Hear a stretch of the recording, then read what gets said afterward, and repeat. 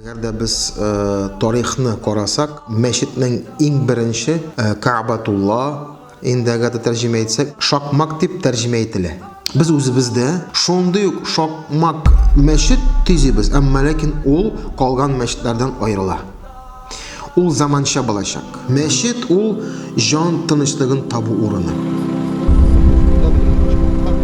Bu o'rinda motor masjid bo'lsa edi, ya Rabbim Alloh. Allohu akbar.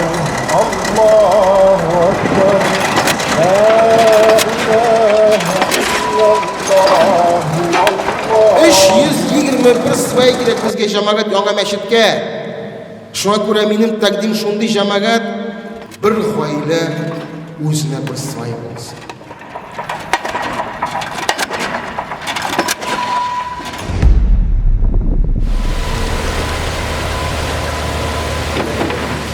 Kış günlerinde sıvaylar qalqıb, fundament işlerini bitirdik. Elhamdülillah. Hazır biz yana etapga ko'chdik. Ulda bo'lsa shu stenalarni ko'tarib, men shunday murojaat etam, aksiya e'lon etam, har oiladan bir poddon bo'lsin inshaalloh.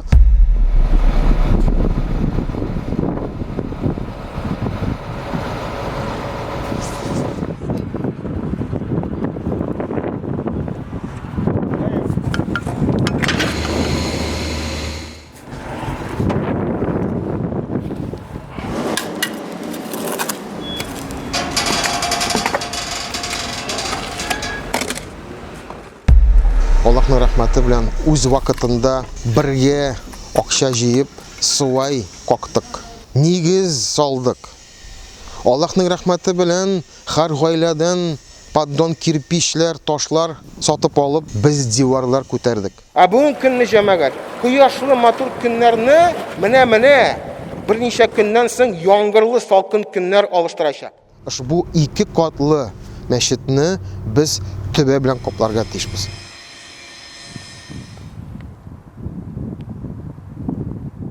Biz Tatar musulmon abi bobolarimizning, ati-alarimizning tarbiya olgan kishilar.